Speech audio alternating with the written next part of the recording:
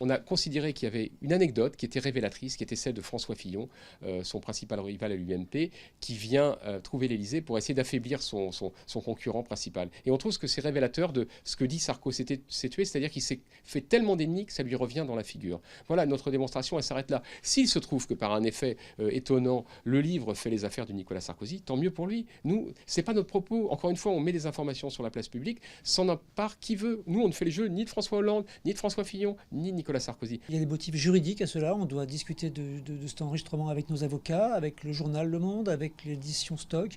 Ensuite, en fonction de ça, on prendra une décision. Par ailleurs, la justice peut éventuellement avoir son mot à dire, puisque M. Fillon a annoncé son intention de la saisir. Donc par rapport à cela, il faut aussi qu'on prenne des précautions importantes. Je pense surtout qu'il a été malhabile et qu'il a été piégé par ses propres sentiments, sentiments vis-à-vis de M. Fillon, sentiments vis-à-vis de M. Hollande. Il est un peu coincé entre la droite et la gauche, M. Jouyet. En plus, il est connu pour ses gaffes à répétition d'un point de vue médiatique. Il fait souvent des erreurs dès qu'il prend la parole.